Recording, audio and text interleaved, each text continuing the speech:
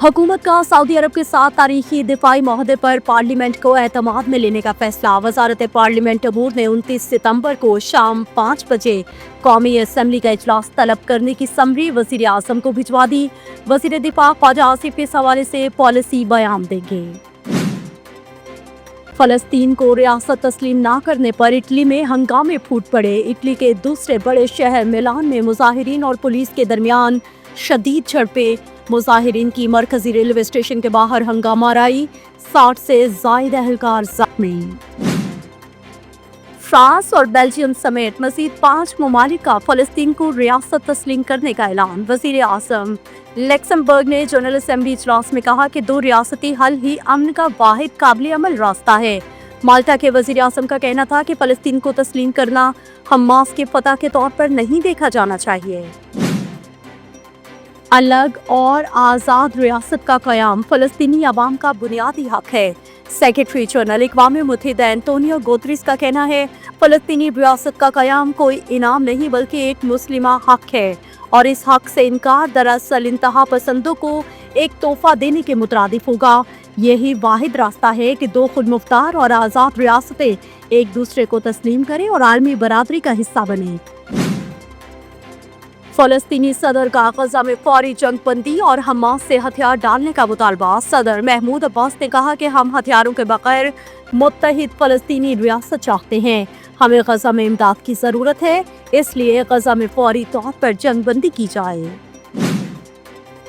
पाकिस्तान मगरबी ममालिक की जानिब से फ़लस्तीनी रियासत को तस्लीम करने का खैर मकदम करता है। नायब वज़ीर आज़म और वज़ीर ख़ारजा इसहाक डार का कहना है कि पाकिस्तान उन तमाम ममालिक से अपील करता है जिन्होंने अभी तक फ़लस्तीन की रियासत को तस्लीम नहीं किया।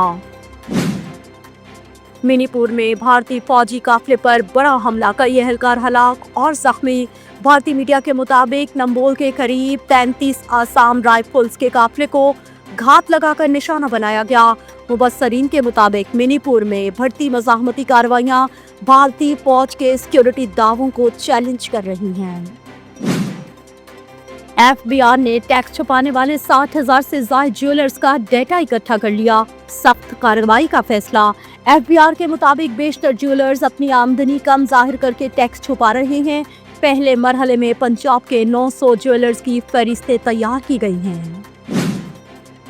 पाकिस्तान ने फ़खर जमान के मुतनाज़ आउट पर इंटरनेशनल क्रिकेट काउंसिल से टीवी एम्पायर की शिकायत कर दी। मुतनाज़ आउट पर पाकिस्तान क्रिकेट टीम के मैनेजर नवीद अकरम चीमा ने मैच के बाद अपने तहफ़्फ़ुज़ात से मैच रेफरी एंडी पाइक्राफ्ट को आगाह कर दिया था। अहम तरीन मैच में टीवी एम्पायर के फ़राइज़ श्रीलंका के रुचेरा पालिया गोर्गो ने अंजाम दिए। पाकिस्तान विमेन की जनूबी अफ्रीका को 6 विकेटों से शिकस्त। 6 विकेटें लेने पर नशरा सिंधु ने भी 6 का इशारा कर दिया।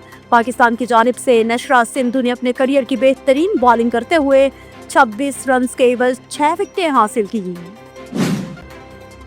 पाकिस्तान ने कॉमनवेल्थ बीच हैंडबॉल चैंपियनशिप जीत ली। कौमी टीम की फाइनल टाकरे में श्रीलंकन टीम को 2-0 से शिकस्त। पाकिस्तान ने पहले मैच में भारत को आउट क्लास करते हुए 2-0 से हरा दिया।